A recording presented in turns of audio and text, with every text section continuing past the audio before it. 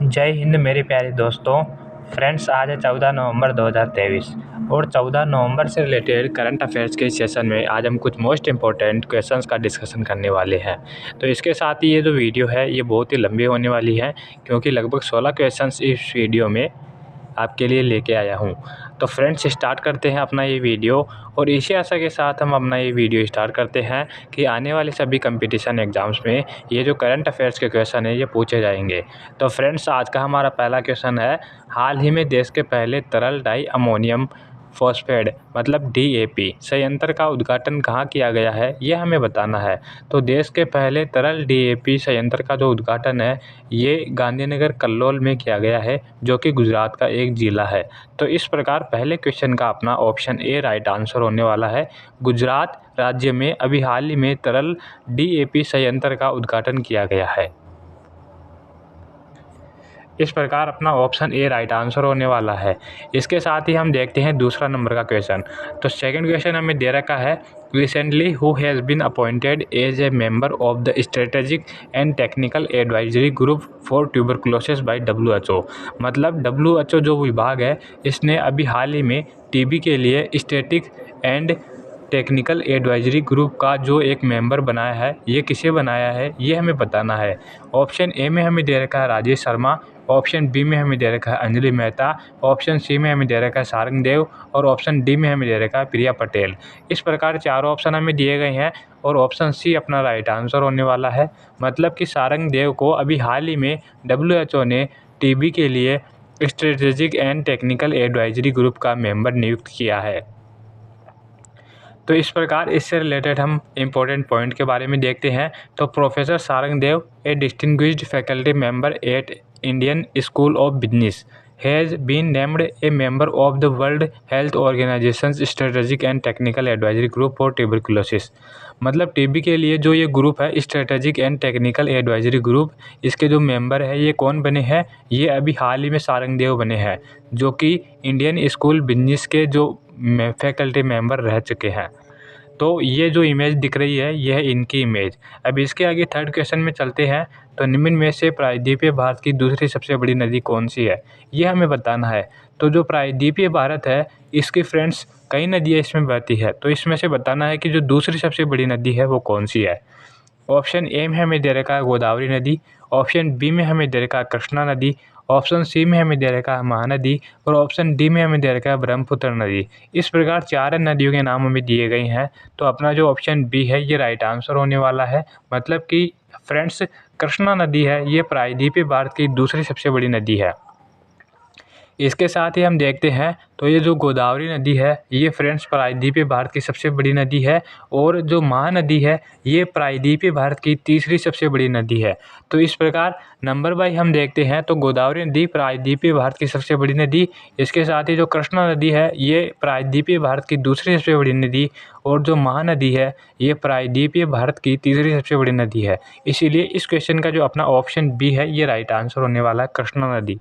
अब इसके आगे हम इससे रिलेटेड पॉइंट्स के बारे में देखते हैं। तो सबसे बड़ा थाड़ा दक्षिणी प्रायद्वीपीय में गोदावरी का है। मतलब जो गोदावरी नदी है ये सबसे बड़ी नदी है और इसमें भारत के कुल क्षेत्रफल का लगभग 10% भाग शामिल है। तो भारत का जितना भी क्षेत्रफल है उसका लगभग 10% भाग है ये गोदावरी नदी की घेरती है। इसके आगे देखते हैं दूसरा पॉइंट। तो प्रायद्वीपीय भारत में दूसरा सबसे बड़ा थाड़ा कृष्णा नदी का है। मतलब जो कृष्णा नदी है ये दूसरे नंबर की सबसे बड़ी नदी है प्रायद्वीपीय भारत की और तीसरी सबसे बड़ी नदी है महानदी। इससे रिलेटेड पॉइंट्स हमने देख लिए। अब इसके आगे फोर्थ क्वेश्चन में चलते हैं।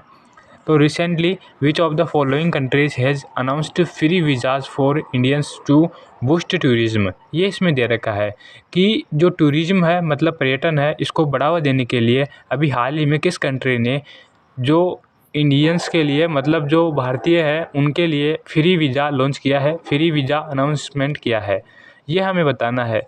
तो ऑप्शन ए में हमें दे रखा है भूटान, ऑप्शन बी में दे रखा है मलेशिया, ऑप्शन सी में हमें दे रखा है मालदीव और ऑप्शन डी में हमें दे रखा है श्रीलंका।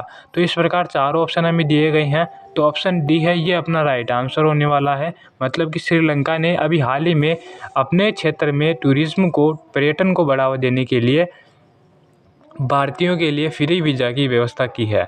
अब इसके आगे हम देखते हैं तो as part of its decisions this week the cabinet announced implementation of a pilot project to issue free tourist visas to tourists from China, India, Russia, Thailand, Indonesia, Malaysia and Japan until March 31, 2024। ये इसमें दे रखा है कि ये जो लगभग 8 countries है जिनमें चाइना हो गया, इंडिया हो गया, रशिया हो गया, थाईलैंड हो गया, इंडोनेशिया हो गया, मलेशिया हो गया और जापान हो गया।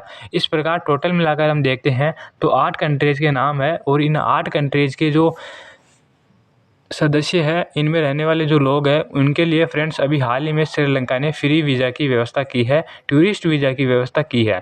और ये जो व्यवस्था है ये कब तक चालू रहेगी? ये रहेगी 31 मार्च 2024 तक फ्रेंड्स, ये जो सुविधा है ये हमें मिलेगी।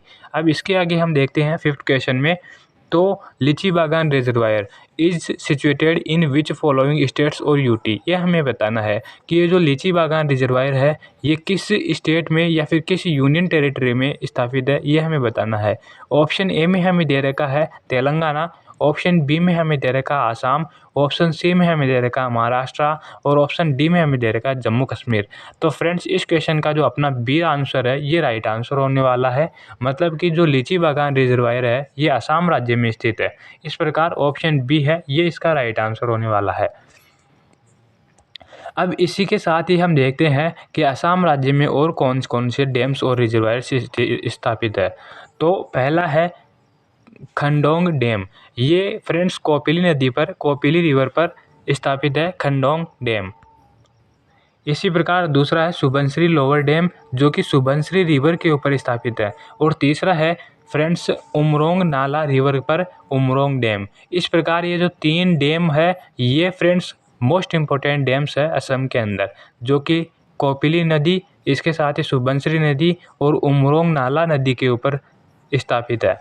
अब इसके आगे 6th क्वेश्चन में चलते हैं। तो छठा क्वेश्चन है हाल ही में वे 4th पैरा एशियन गेम्स में भारत के ध्वजवाहक कौन बने हैं। ये हमें बताना है कि ये जो 4th पैरा एशियन गेम्स है ये अभी हाल ही में हुए हैं। तो इनमें भारत के जो ध्वजवाहक है ये कौन रहे, भारत के फ्लैग कैरियर कौन रहे, ये हमें बताना है। ऑप्शन ए में हमें दे रखा है अवनी लेकरा, ऑप्शन बी में हमें दे रखा है अरुण सिंह भाटी, ऑप्शन सी में हमें दे रखा है मनीष नरवाल और अवनी लेकरा और ऑप्शन डी में हमें दे रखा पारुल परमार और अमित सिरोहा। इस प्रकार 4 ऑप्शन हमें दिए गए हैं। तो अपना जो ऑप्शन डी है ये राइट आंसर होने वाला है। मतलब कि 4th पैरा एशियन गेम्स में भारत की तरफ से जो फ्लैग कैरियर रहे ये कौन रहे, ये रहे पारुल परमार और अमित सरोहा। इस प्रकार ऑप्शन डी है इस क्वेश्चन का राइट आंसर होने वाला है। अब ये जो 4th पैरा एशियन गेम्स है ये अभी हाल ही में खेले गए हैं। तो कौन सी जगह खेले गए हैं ये हमें बताना है। इससे रिलेटेड पॉइंट्स के बारे में हम देखते हैं। तो 4th पैरा एशियन गेम्स ये फ्रेंड्स अभी हाल ही में इनकी लोकेशन दे रखी है हांगझाऊ चाइना। मतलब जो चाइना देश है उसके हांगझाऊ जगह पर ये खेले गए हैं। इसके साथ ही 22 से 28 अक्टूबर के बीच में ये जो 4th पैरा एशियन गेम्स में ये खेले गए हैं और इसमें टोटल मिलाकर 3100 एथलीट्स ने भाग लिया था। तो इस प्रकार ये जो 4th पैरा एशियन गेम्स है इसकी जो छोटी सी जानकारी है ये फ्रेंड्स इस वीडियो में दी गई है। अब इससे रिलेटेड हम कुछ पॉइंट्स और पढ़ते हैं जो कि खेल से रिलेटेड है। अब फ्रेंड्स ये जो एशियाई खेल हुए थे अभी हाल ही में 2023 में, ये भी हांगझाऊ चाइना में ही हुए थे। तो हांगझाऊ 2023 में स्वर्ण पदक जीतने वाली भारतीय पुरुष हॉकी टीम के गोलकीपर PR श्रीरजेश भारत के लिए ऐतिहासिक एशियाई खेलों के भारत के ध्वजवाहक रहे। अब फ्रेंड्स ये जो एशियाई गेम हुए थे और ये 4th पैरा एशियन गेम्स है ये दोनों अलग अलग है। तो 4th पैरा एशियन गेम्स के जो ध्वजवाहक रहे ये रहे पारुल परमार और अमित सरोहा। इसके साथ ही फ्रेंड्स ये जो एशियाई गेम हुए थे इसके जो ध्वजवाहक कौन रहे, इसके भारत की ओर से ध्वजवाहक रहे ये पुरुष हॉकी टीम के गोलकीपर PR श्रीजेश, ये रहे भारत की तरफ से ध्वजवाहक। इसके साथ ही हम देखते हैं तो भारत ने अपने एशियाई खेल, तो ये जो एशियाई खेल हुए थे अभी हाल ही में हांगझाऊ चाइना में 2023 में, तो इसमें टोटल मिलाकर भारत ने 107 पदक जीते हैं और उन 107 पदकों में से भारत ने 28 तो स्वर्ण पदक मतलब 28 गोल्ड मेडल जीते हैं। इसके आगे 38 रजत पदक मतलब 38 सिल्वर पदक जीते हैं और 41 ब्रोंज मतलब 41 कांस्य पदक भारत ने इसमें जीते हैं। ये हमने देखा है कि एशियाई गेम अलग है और इसके साथ ही 4th पैरा एशियन गेम्स है ये अलग है। लेकिन इन दोनों की जो लोकेशन है ये सेम थी, हांगझोउ चाइना में ये खेले गए थे। अब इसके आगे चलते हैं 7th क्वेश्चन में। तो what is the national hackathon focused on the use of 5G technology for police applications.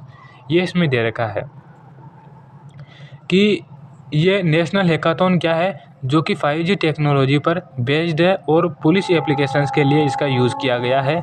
तो ऑप्शन ए में हमें दे रखा है वियुक्त 2023, ऑप्शन बी में दे रखा है विमर्श 2023 और ऑप्शन सी में हमें दे रखा है विकल्प 2023 और ऑप्शन डी में हमें दे रखा है विकास 2023।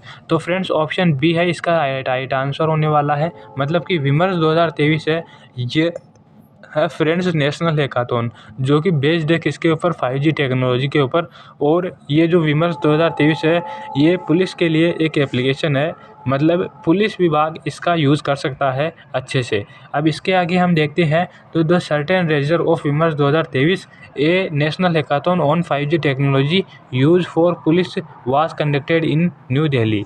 ये फ्रेंड्स इसका जो संचालन है ये अभी हाल ही में नई दिल्ली में किया गया था। अब इसके आगे 8वें क्वेश्चन में चलते हैं। Recently who has been awarded with the prestigious Ballon d'Or award for the year 2023, ये इसमें दे रखा है।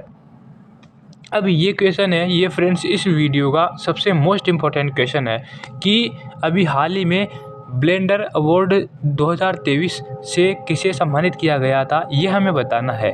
तो ये blender award for the year 2023 इससे अभी हाल ही में फ्रेंड्स जो क्रिकेटर है लियोनेल मेसी इनको सम्मानित किया गया है। अब हम देखते हैं कि ऑप्शन ए में हमें दे रखा है एर्लिंग हॉलैंड, ऑप्शन बी में हमें दे रखा है लियोनेल मेसी, ऑप्शन सी में हमें दे रखा है एमिलियानो मार्टिनेज और ऑप्शन डी में हमें दे रखा है विनीसियस जूनियर। इस प्रकार 4 ऑप्शन दिए गए हैं। तो ये जो क्रिकेटर लियोनेल मेसी है इनको अभी हाल ही में blender award for the year 2023 से सम्मानित किया गया है। अब हम देखते हैं तो Lionel Messi was named the Ballon d'Or award 2023 winner at a ceremony in Paris. मतलब जो सेरेमनी हुई थी ब्लेंडर अवार्ड 2023 से रिलेटेड ये कहाँ कंडक्ट की गई थी, ये की गई थी पेरिस के अंदर। और ये 30 अक्टूबर 2023 को अभी हाल ही में इस सेरेमनी को कंडक्ट किया गया था। और फ्रेंड्स ये जो ब्लेंडर 2023 अवार्ड है इसके विनर कौन रहे, इसके विनर रहे Lionel Messi. The 8th time he has won the prestigious award. और ये जो अवार्ड है ब्लेंडर अवार्ड ये फ्रेंड्स इन्होंने कितने टाइम पर जीता है, अब की बार फ्रेंड्स 8वें बार इन्होंने इस अवार्ड को जीता है लियोनेल मेसी ने। अब इसके आगे हम चलते हैं 9th क्वेश्चन की ओर। निम्न में से किस खिलाड़ी को 1883 वर्ल्ड कप के फाइनल में मैन ऑफ द मैच चुना गया। अब फ्रेंड्स ये क्वेश्चन मोस्ट इम्पोर्टेंट क्यों बनता है, क्योंकि ये अभी वर्तमान में वर्ल्ड कप चल रहा है जो कि भारत में फ्रेंड्स खेला जा रहा है।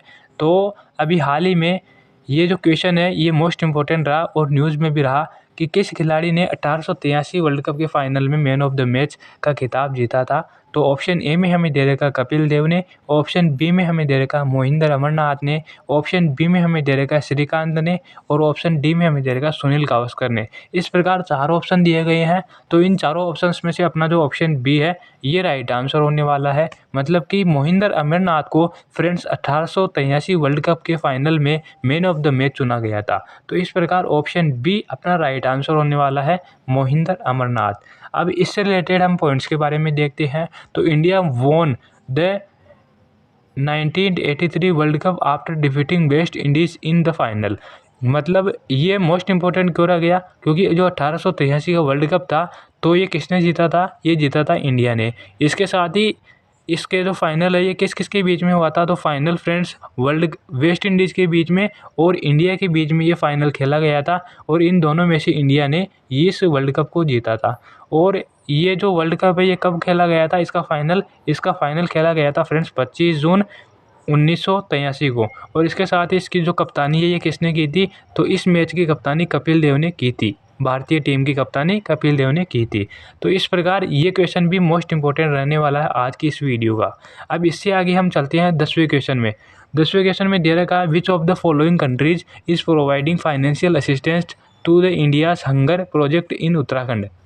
अब ये क्वेश्चन मोस्ट इम्पोर्टेंट रहने वाला है क्योंकि ये जो प्रोजेक्ट है अभी हाल ही में उत्तराखंड राज्य में चलाया गया है हंगर प्रोजेक्ट। और इस हंगर प्रोजेक्ट को फंडिंग कौन कर रहा है ये भी हम देखेंगे कि कौन सी कंट्री इस हंगर प्रोजेक्ट को फंडिंग कर रही है। ऑप्शन ए में हमें दे रखा है स्वीडन, ऑप्शन बी में हमें दे रखा है डेनमार्क, ऑप्शन सी में हमें दे रखा है फिनलैंड और ऑप्शन डी में हमें दे रखा है नॉर्वे। इस प्रकार 4 ऑप्शन दिए गए हैं, तो अपना जो ऑप्शन डी है ये राइट आंसर होने वाला है। मतलब कि ये जो हंगर प्रोजेक्ट है इसको फंडिंग कौन कर रहा है, इसको फंडिंग कर रहा है नॉर्वे कंट्री, इसको फ्रेंड्स फंडिंग कर रही है, इसका फाइनेंस कर रही है। अब मतलब जो इसका खर्चा है हंगर प्रोजेक्ट का, इसका खर्चा कौन उठा रहा है, इसका खर्चा उठा रहा है हंगर कंट्री। तो Norway is providing 44.7 million rupees of support over 3 years until September 2026 to strengthen food security and environmental protection in Uttarakhand through India hunger project. ये इसमें दे रखा है कि जो इंडिया का हंगर प्रोजेक्ट है उसके माध्यम से जो ये नॉर्वे देश है ये फ्रेंड्स लगभग से 44.7 मिलियन रुपीज़ की सहायता करेगा किसको, उत्तराखंड को। और ये जो सहायता है ये लगभग 3 वर्षों तक चलेगी। कब तक, सितंबर 2026 तक ये सहायता चलने वाली है। अब इसके आगे 11th क्वेश्चन में चलते हैं। तो 11th क्वेश्चन में दे रखा है निम्नलिखित नगर युग्मों में से कौन सा एक हाल ही में 6 पथ एक्सप्रेस वे द्वारा संबद्ध किया गया है। मतलब ये जो 4 युग्म दे रखे हैं और इन चारों युग्मों में से एक युग्म हमारे पास ऐसा है जो कि अभी हाल ही में 6 लेन एक्सप्रेस वे द्वारा जोड़ा गया है। ऑप्शन ए में हमें दे रखा है अहमदाबाद तथा बड़ोदरा, ऑप्शन बी में हमें दे रखा है ढाका तथा चंडगांव, ऑप्शन सी में हमें दे रखा है मुंबई तथा पुणे और इस्लामाबाद तथा लाहौर। ये ऑप्शन डी में हमें दे रखा है। तो ऑप्शन सी अपना राइट आंसर होने वाला है। मतलब अभी हाल ही में मुंबई तथा पुणे के बीच के अंदर ये फ्रेंड्स 6 पथ एक्सप्रेस वे है, इसका उद्घाटन किया गया है। 6 पथ एक्सप्रेस वे के माध्यम से अभी हाल ही में मुंबई तथा पुणे को जोड़ा गया है। मुंबई और पुणे दोनों बड़े शहर हैं इंडिया के।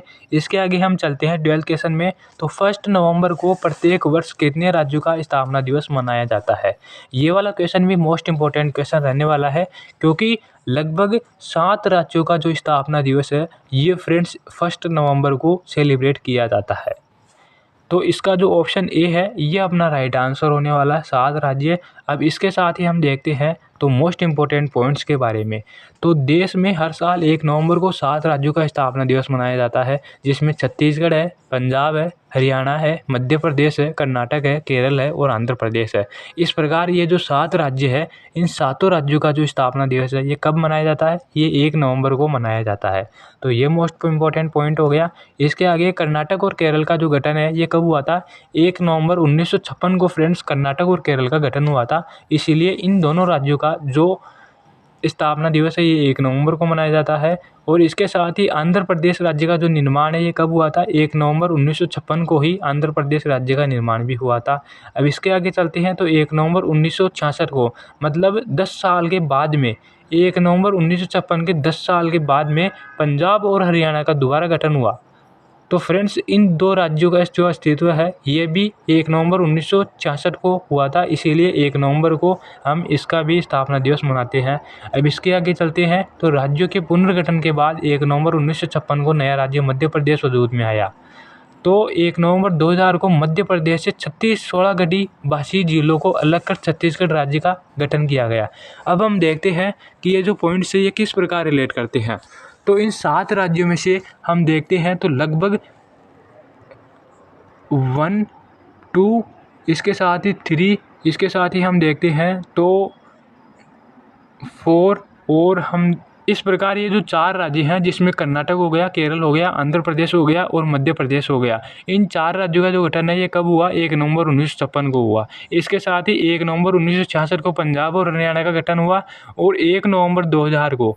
तो ये जो 2000 है यहाँ से हमारी जो नई सदी है ये चालू होती है 1 नवंबर 2000 से। तो फ्रेंड्स 1 नवंबर 2000 से ये जो मध्य प्रदेश है इनके जो 16 छत्तीसगढ़ी भाषी ज़िले थे इनको अलग करके एक नया राज्य छत्तीसगढ़ बनाया गया। तो इस प्रकार 1 नवंबर को हम प्रतिवर्ष क्या बनाते हैं, इन 7 राज्यों का स्थापना दिवस मनाते हैं, जिनमें छत्तीसगढ़ हो गया, पंजाब, हरियाणा, मध्य प्रदेश, कर्नाटक, केरल और आंध्र प्रदेश हो गया। तो इस प्रकार ये क्वेश्चन मोस्ट इम्पोर्टेंट पॉइंट रहने वाला है इस महीने का, नवंबर महीने का। अब इसके आगे 13वें क्वेश्चन में चलते हैं। White hydrogen recently seen in news is a type of hydrogen that is generally obtained from. ये इसमें दे रखा है कि जो वाइट हाइड्रोजन है ये फ्रेंड्स अभी हाल ही में खबरों में रहा। तो ये हाइड्रोजन है ये किससे ऑब्टेन किया जाता है, मतलब किससे निकाला जाता है, किससे प्राप्त किया जाता है, ये हमें बताना है। ऑप्शन ए में हमें दे रखा है बर्निंग फॉसिल फ्यूल, मतलब जो फॉसिल फ्यूल हम जलाते हैं, खाद्य पदार्थ हम जलाते हैं, खाद वगैरह, तो उनसे हम ये निकालते हैं। या फिर न्यूक्लियर एनर्जी, जो न्यूक्लियर एनर्जी होती है, जैसे जो बोरॉन वगैरह होते हैं, मतलब हाईली इन्फ्लेमेबल मेटल्स होते हैं, उनसे हम ये निकालते हैं। इसके साथ ही ये आर्कटिक आइस, मतलब जो आर्कटिक जो बर्फ़ है उनको पिघलने से हम ये निकालते हैं। इसके साथ ही अर्थ क्रस्ट, मतलब जो भूमि की जो क्रस्ट है, मतलब भूमि का जो गर्भ है, उससे हम ये निकालते हैं। इन चारों में से हमें बताना है, तो ऑप्शन डी है ये अपना राइट आंसर होने वाला है।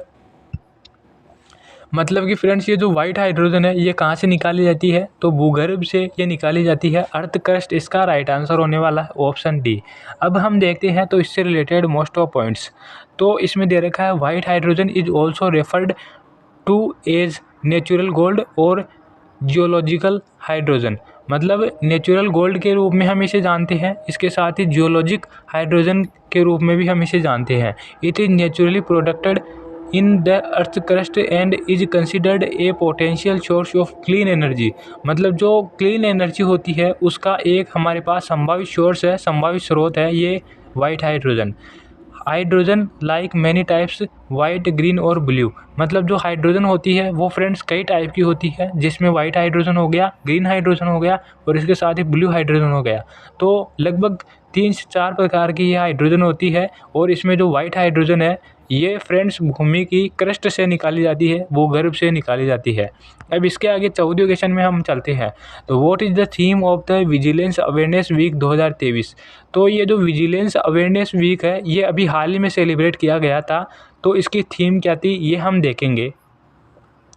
ऑप्शन ए में हमें दे रखा है integrity and ethics, option B में हमें दे रखा है say no to corruption, commit to the nation, option C में हमें दे रखा है स्टे विजिलेंट, स्टे ऑनेस्ट, और ऑप्शन डी में हमें दे रखा है इन्फॉर्मेशन इज पावर। इस प्रकार 4 ऑप्शन दिए गए हैं, तो ऑप्शन बी है ये अपना राइट आंसर होने वाला है। मतलब कि विजिलेंस अवेयरनेस वीक 2023 की जो थीम रही ये रही say no to corruption, committed to the nation, ये फ्रेंड्स इसकी थीम रही। तो ऑप्शन बी इसका राइट आंसर होने वाला है, विजिलेंस अवेयरनेस वीक 2023। अब हम इस वीक के बारे में जानते हैं कि कब से कब तक ये सेलिब्रेट किया गया, इसके साथ ही इससे रिलेटेड और मोस्ट इंपॉर्टेंट पॉइंट्स क्या रहे, कहाँ ये सेलिब्रेट किया गया। तो IISER मतलब Indian institutes of science education and research, ये इसकी फुल फॉर्म हो गई। तो इसने अभी हाल ही में विजिलेंस अवेयरनेस वीक है ये सेलिब्रेट किया है, और 30 अक्टूबर से 5 नवंबर 2023 तक ये फ्रेंड्स सेलिब्रेट किया गया है। 30 अक्टूबर से 5 नवंबर 2023 तक विजिलेंस अवेयरनेस वीक। तो इसकी थीम क्या रही, say no to corruption, commit to the nation, ये इसकी थीम रही। इसके साथ ही हम चलते हैं तो Indian institutes of science education and research, ये जो फ्रेंड्स पुणे में स्थापित है, तो इसने अभी हाल ही में इस विजिलेंस अवेयरनेस वीक को ऑब्जर्व किया है, सेलिब्रेट किया है। इसके आगे चलते हैं 15वें क्वेश्चन में। तो recently who has been awarded with the British Academy Book Prize for the year 2023। तो ये जो ब्रिटिश एकेडमी बुक प्राइज़ है ये अभी हाल ही में दिया गया साल 2023 का, और ये किसे दिया गया है ये हम देखते हैं। तो ऑप्शन ए में हमें दे रखा है अंकिता सिन्हा, ऑप्शन बी में हमें दे रखा है अमिताभ घोष, ऑप्शन डी में हमें दे रखा है विक्रम सेठ, और ऑप्शन सी में हमें दे रखा है नंदिनी दास। तो फ्रेंड्स इसका जो ऑप्शन सी है ये अपना राइट आंसर होने वाला है। मतलब कि नंदिनी दास को अभी हाल ही में British Academy Book Prize for the year 2023 से सम्मानित किया गया है। अब ये इन्हें क्यों दिया गया है, कि इनकी किस बुक के लिए ये दिया गया है ये हम देखते हैं। तो नंदिनी दास डिबेट बुक, जो नंदिनी दास की बुक थी ये, इस बुक का नाम है कोर्टिंग इंडिया। ये फ्रेंड्स इसका बुक का नाम है Courting India, England, Mughal India and Origin of Empire. ये इस बुक का नाम है, इतना बड़ा इस बुक का नाम है Courting India, England, Mughal India and Origins of Empire, ये इस बुक का नाम है। और इसने अभी हाल ही में जो ये British Academy Book Prize for the year 2023 है, ये जीता है। और इसकी जो बुक है इसमें दिया गया है कि किस प्रकार ब्रिटिश हुकूमत भारत में रही, इसके साथ ही मुग़ल भारत में आए और जो अलग अलग तरह के सम्राट है ये भारत में पैदा हुए, ओरिजिन इनका हुआ, अलग अलग तरह के जो कल्चर है ये भारत में पैदा हुए, तो इनके बारे में इस बुक में समझाया गया है। तो इस बुक के लिए फ्रेंड्स इनको अभी हाल ही में British Academy Book Prize for the year 2023 से सम्मानित किया गया है। अब इसके आगे हम 16वें क्वेश्चन में चलते हैं। To curb the illegal trade of timber, मतलब ये जो टिम्बर होता है, टिम्बर एक प्रकार का मटेरियल होता है जिसको हम कई कामों में यूज़ में लेते हैं। तो इसके जो इलीगल ट्रेड मतलब अवैध व्यापार को रोकने के लिए अभी हाल ही में which operation was launched recently by the Indian finance minister, जो इंडियन फाइनेंस मिनिस्ट्री है मतलब भारतीय वित्त मंत्रालय है, जिसकी जो मुखिया है ये कौन है, निर्मला सीतारमण, ये फ्रेंड्स इनकी मुखिया है। तो इन्होंने अभी हाल ही में ये प्रोजेक्ट चलाया है। कौन सा प्रोजेक्ट चलाया है? टिम्बर के अवैध व्यापार को रोकने के लिए। ये अभी हाल ही में किस प्रोजेक्ट को लॉन्च किया है ये हमें बताना है। तो इसके लिए ऑप्शन ई अपना राइट आंसर होने वाला है, ऑपरेशन शेषा। ये ऑपरेशन शेषा है अभी हाल ही में चलाया गया है, जिसके ज़रिए जो टिम्बर का इलीगल व्यापार है ये रोका जाएगा। इस प्रकार इस क्वेश्चन का ऑप्शन ई है, ये राइट आंसर होने वाला है। इसके साथ ही फ्रेंड्स हमें बताना है कि ये जो ऑपरेशन गंगा है ये किस लिए चलाया गया था, ऑपरेशन सरदवा है ये किस लिए चलाया गया था, ऑपरेशन मेघचक्र है ये किस लिए चलाया गया था, और जो ऑपरेशन डेजर्ट स्टॉर्म है ये किस लिए चलाया गया था। तो इस प्रकार इन चारों ऑप्शंस का जवाब फ्रेंड्स आपको कमेंट बॉक्स में देना है।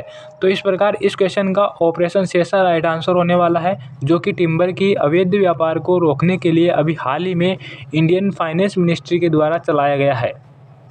अब हम देखते हैं इससे रिलेटेड मोस्ट इम्पोर्टेंट पॉइंट।